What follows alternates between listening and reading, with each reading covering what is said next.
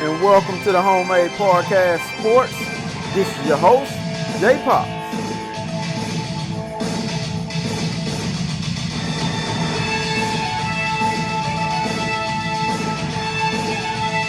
And welcome back to the Homemade Podcast of Sports with your host, J Pops. Guys, we are officially 4 days away from the Texas A&M maroon and white spring game. Once again, we are officially 4 days away from the Texas A&M maroon and white spring game. Yes, once again, I will be there. I know I have not reached out to the emails that you guys have left in the comments, but trust me, it is coming soon. I've already reached out to, I think, maybe about 2 people, I believe, that said that they will be there. So I look forward to meeting those guys. So please be looking for me. I believe this spring game here will be phenomenal. I've just been sitting back and watching all of the spring games like you guys had seen on the last podcast. I got all of the LSU fans coming out after me. You know, they're attacking me right now, but I love it, man. I love it, man. This is a challenge. This is the SEC West. That is what you want to do. Mark my words, it is no friends in the SEC West, people. It is no friends in the SEC in general, okay? But with that being said, to the LSU fans, shout out to you, man. I love you guys. Bring the rest of the crew here, all right? But like I say, man, I got LSU fans coming out after me after I done said what I done said about them. But I will go through some of those predictions because I believe, do I have that in here? Man, I don't have that in here, man. Golly. But I'm just gonna kind of give you a rundown on something. But this episode here, I told you guys I was coming back, man. Spring game. I was going to say a couple of things leading up into the spring game. All right. So the spring game is this Saturday. From what I'm hearing that Demond Demas is grabbing everyone's attention out there. First, once again, wide receiver, former 5-star wide receiver, by the way, Demond Demas is grabbing everyone's attention out there. And guys are listening. We need that. We need that true wide receiver to step up. But I'm about to give you a rundown on the 2018 recruiting class because Jimbo Fisher is going into his 4th year. Yes, people, believe it or not, Jimbo Fisher is actually going into his 4th year now. So I'm going to give you a rundown on that 2018 recruiting class that was headlined by Leon O'Neal, who's the safety that's going into his senior year. Shout out to Leon O'Neal, by the way. And the guy after that, in which we all want to see, and for whatever reason, I want to particularly see this young man in that spring game. From what I've heard on Texas Radio on yesterday when I was listening to it, shout out to Texas Radio, by the way, and Gabe Bach. I was listening to the fact that they said that they were intrigued by what Jalen Preston was doing out there, how the way he looked. From what I've heard over the radio, the saying is that Jalen Preston has gotten a bit faster than what he actually is. First of all, Jalen Preston can catch, all right? Also, I would give Jalen Preston all of the credit in the world for staying there and riding that ship out. He rode it out. This is his senior year, but I believe because of the COVID year, everybody has an extra year of eligibility. So he may just be coming back on next year. But Jalen Preston, man, like I say, I don't know why I was high. I don't know why I'm high on the young man. I believe it's because I just had watched film, but I also saw him catch the ball several times last year and also the year before that. But he's a dynamic playmaker, man. He is a possession wide receiver. He may not have all of the speed that you see a lot of the top wide receivers have, but you got to remember that Jalen Preston was a top 100 recruit. coming out that 2018 class. He was 95 nationally. At his position alone, he was number 18 in the state of Texas. He was number 9 overall.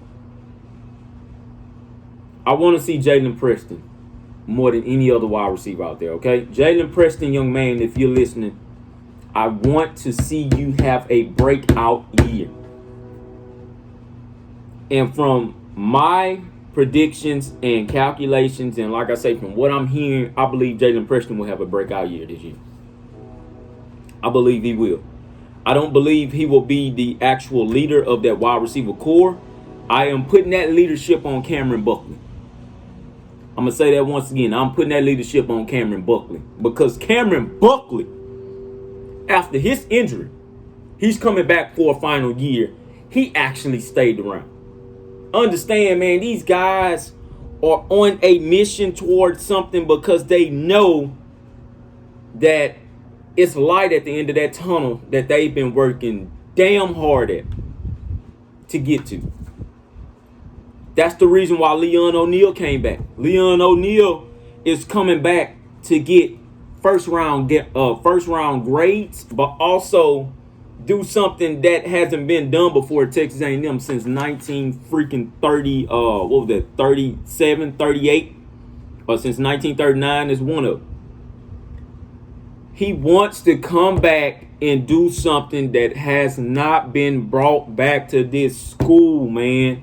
You guys got to understand that. Also, Max Wright is coming back. This defense, of course, it has already been out there nationally. This defense nationally brings back everybody that you can think of. They have 20 out of 22 starters. Well, 20 out of 22 guys that have seen the field all coming back on defense. Once again, I'll repeat this once again. Texas A&M by far will have probably the number 1 defense in the SEC when it's all said and done. When the hell have you heard that? When have you heard that ever since we've been in the SEC? Never. I think we had the number 2 defense, or did we have? Well, I think we had number 1 defense overall in the SEC this year, or it was number 2 for the 2020 season. And you had never heard that before. We hadn't had that, man, ever. This year, mark my words, that defense will do more things than what we've ever seen our defense do since the R.C. Slocum days. But I'm going to tell you like that. That defense will be better than what you've seen in the R.C. Slocum days. Mark my words on that. There's a lot of people that's going to come on here and they're going to bash me about, oh, no. They got, yeah. I believe that defense will be the Wrecking Crew Part 2, but in a modern day. It will be in a modern day. All right. Like I said, Max Wright is coming back. I'm just going through this 2018 class. It's just naming out a couple of people. Max Wright will be back. Bobby Brown has already gone to the NFL, I believe. Jordan Moore, of course, he transferred and went over there to Texas. Jeremiah Martin, I believe he went on ahead and transferred. Caleb Chapman. It's a lot of people forget that Caleb Chapman was a part of that 2018 class, people. He came in with Jalen Preston. That's why I say, man, see, understand this, and this is what everybody wants to see step up during this spring game. I'm going to tell you like this, and I'm going to be real truthful with you. Everybody is showing up to the spring game to see not only who the quarterback will be and to actually see that quarterback battle, but everybody is coming to that spring game to see how in the hell our wide receiver unit will look. A lot of people is coming there to see how our offensive line unit will look. Okay? Understand that Texas A&M fans in general overall are anticipating a damn good season from this wide receiver unit, man. We want to see it because we have not seen that in a while now. So we want to see it. We want to see what those guys can actually do. Once again, also, Cameron Buckley will be back, people. I believe that he's already participating in the spring game. So he'll be out there in action. Caleb Chapman, of course, he's still nursing that injury. He will not be back until fall. I'm going to say that again. He will not be back until fall, and I don't expect him to be back until fall. Will he be in the starting lineup? Is the question. Will he be in that starting lineup? Hezekiah Jones, he has not went anywhere. This wide receiver unit is deep. And that's what I received a lot of flack from. I received a lot of flack from, oh well, is does Texas A&M have a top 10, wide receiver unit or something that we don't know about? I'm hearing all of that. Mark my words that we will have the more experienced group of wide receivers in all of the SEC. This is why I said that we will most likely go undefeated this year because of our defense, or we will lose maybe one game because of the offensive line getting revamped and the quarterback at the position. In my mind, I believe that we will claim the SEC West this year. It's no doubt about it, regardless to if we have not won in Louisiana ever. I understand that we are like 0-6 in the state of Louisiana at Death Valley. I know that, people. I know that. Understand this. This is a brand new coach. He only been over there since he's been coaching at A&M only one time. This is going to be his second time going over there. I can tell you like this here. Jimbo Fisher done lose twice. Yeah, he lost twice to Alabama, don't get me wrong. But he gets another shot at him. He's 0-3 against Alabama. He's 0-3 against Team Tuscaloosa. I know that. But mark my words, Jimbo Fisher ain't going to lose twice in the state of Louisiana. That isn't this man's mindset. He's not going to go over there and lose twice. No, sir. He's not going to lose twice at home to the team in Tuscaloosa. Okay? Mark my words on that. This coach is one of the more dynamic coaches, and he loves winning. He loves winning. I'm going to say that once again. He loves winning. He doesn't like to lose. He doesn't like to lose at all right? So, we will win in Death Valley. There's a lot of people that's going to come on here and they're going to say all kind of comments. Man, y'all ain't winning out there, man. Hey, man, whatever.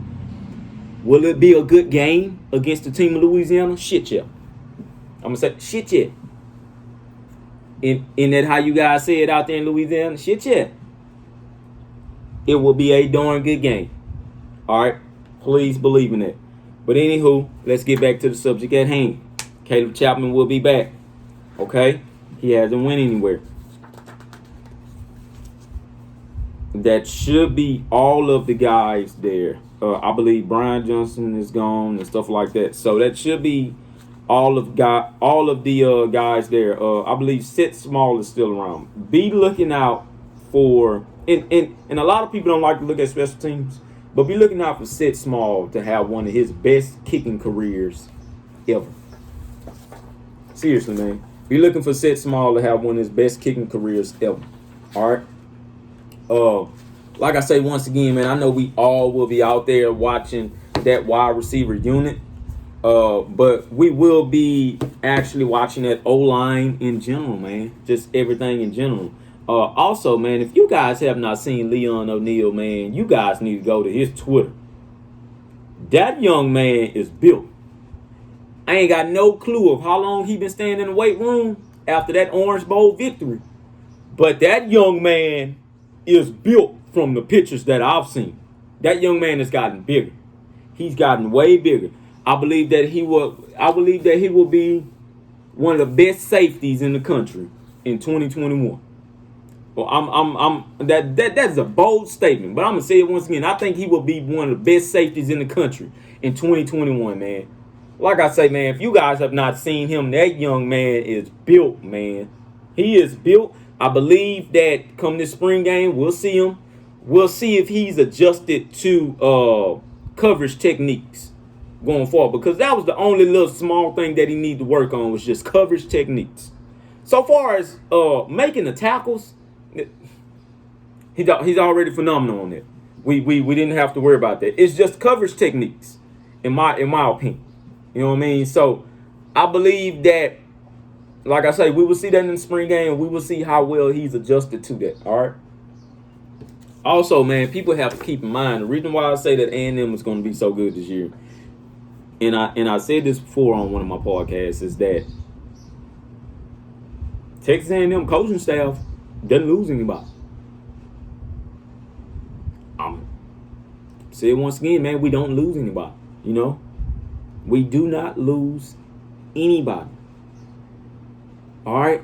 So you guys have to understand that, man, that we are coming for something, like I say, man, that has not been done before. Let me get this up and going, guys.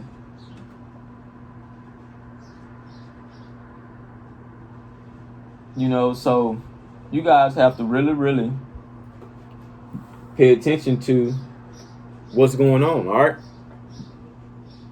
We don't lose anybody on the coaching staff.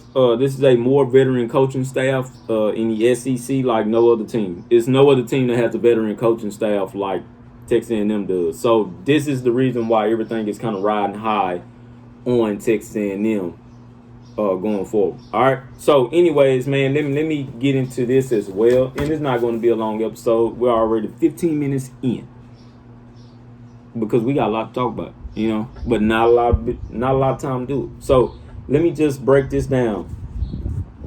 Bryce Foster, and I'm reading an article from Texas A&M. Bryce Foster could be an exception in an otherwise veteran A&M lineup. Ever notice how similar the word freshman is to the term fresh meat? Maybe that's not a coincidence. A freshman is often the target of deception, humiliation, and ridicule as freshman meat. That's especially the case in the treacherous Southeastern Conference, where merciless predators are typically eager to devour wide-eyed football nympho. Either nymphites, nympho, something like that. Except the newcomers aren't always so vulnerable anymore. There was once a school of thought that a college football team should anticipate one loss for each true freshman starter. That was pretty accurate for Texas A&M's perspective in 2019 when the Aggies finished 8-5 with freshmen Anaya Smith, Isaiah Spiller, DeMarvin Leal, DeMonte Richardson, and Keon Green in the starting lineup. But even then, Aggies coach Jimbo Fisher never hesitated to put a first-year player in the starting lineup. I never saw an age limit in a rule book. Fisher says almost defiantly, the best players play. Still, in the best-case scenario, freshmen aren't typically the best players at their positions. Oh, sure, there are expectations. Nobody would have questioned Georgia for starting running back Herschel Walker as a true freshman in 1980, or Alabama for starting wide receiver Amari Cooper in 2012, or LSU for starting Derek Stingley Jr. in 2019. By the same token, A&M rightfully started defensive end Myles Garrett in 2014 and receiver Christian Kirk in 2015. Last season, Fisher started true freshman cornerback Jalen Jones. Be looking for him. Fisher might not start a true freshman next season. The 2021 team could be his overall most talented and experienced, save quarterback and offensive line. His credo is the best player plays. So a true freshman in the starting lineup is certainly a possibility. But who could that be? Running back L.J. Johnson surely has the ability and is at a position in which freshmen often get significant playing time. He's unlikely to force Spiller out of the starting lineup, though. Defensive ends Tomas Adela and Shamar Turner have incredible talent. But A&M is loaded with productive, experienced ends like Leal, Tyree Johnson, and Michael Clemens. Adela and Turner are big enough to shift inside, except that A&M already has McKinley Jackson and Jaden Peet. I told you, man, this is the most experienced defense probably A&M has had since when Kevin Sumlin first started. Like a tree that's planted by the water, they should not be moved.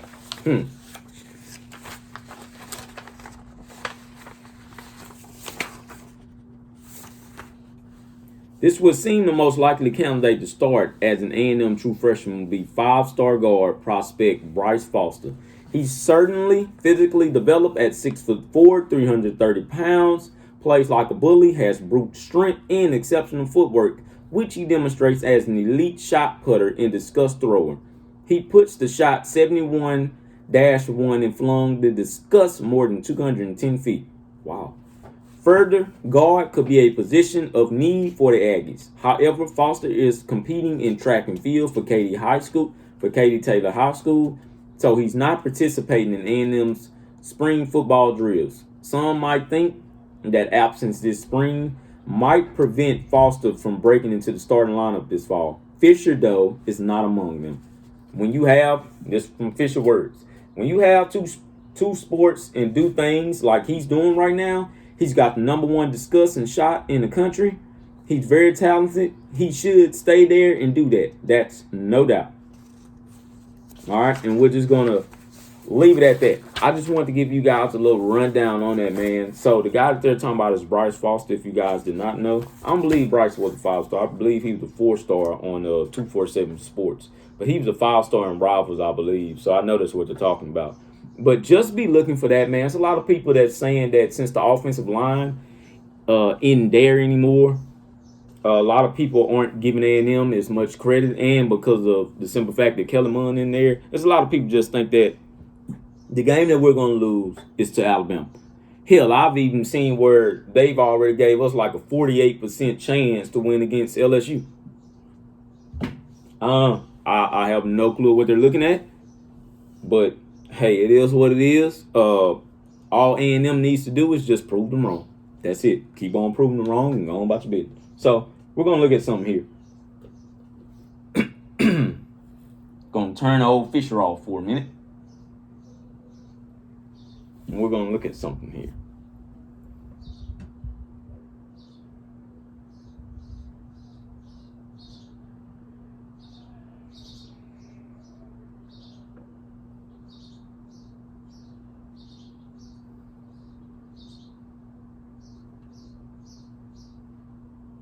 Excuse me for a minute.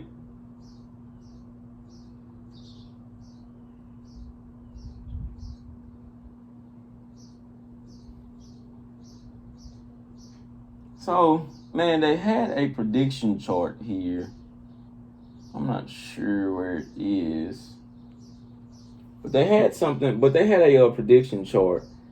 And they had Texas A&M with its win totals. They had us at about excuse me here. Look, you guys are seeing what I'm doing and stuff. That's fine. Hey, it's 12th man, baby.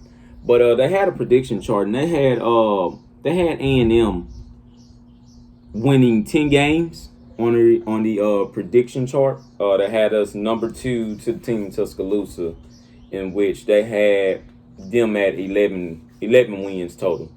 I believe the next team in line was Georgia. Georgia was predicted to win 10 games also. And the next team after that, I believe it was LSU, but they had LSU at winning only about 7 to 8 games. So, hey, there's a lot of people mad at me for what I had said, but I know I'm not going crazy. Like I say, Team Louisiana is a damn good school, but I have them also at about 9 wins, maybe in the regular season, and then 10 with the bowl game. Because it's a damn good unit. They should be probably top 3 in the country. All right. But at the same time, A&M will most likely fall at the number 5 most talented team in the country. All right. So just be looking for that. But anywho, guys, that is it. That is all that I have for today. I'm not going to keep you guys long, but that's all that I have. Excuse me. But like I say, the spring game is 4 days away. It will be April 24th out there in Aggieland at Kyle Field, and the time is for 1 o'clock. Please be expecting me. I've already asked for brunch spots and stuff like that, so I can stop and get me a little bit of something to eat, me and my little family. But we will be out there, all right? So I look forward to seeing all of you guys, and if you can, please hit that subscribe button. Also follow me on Twitter and on Facebook at JPops. At JPops on Facebook and at JPops05 on Twitter. All right, I love all of you guys, and hashtag Gigamax. And thank you guys for tuning in to the hashtag Homemade Podcast Sports. Please, guys, subscribe to the YouTube page and also follow me on Twitter at JPops, on Instagram at JPops, and also on Facebook at hashtag Homemade Podcast Sports. Thank you guys once again. Hashtag Gigamax.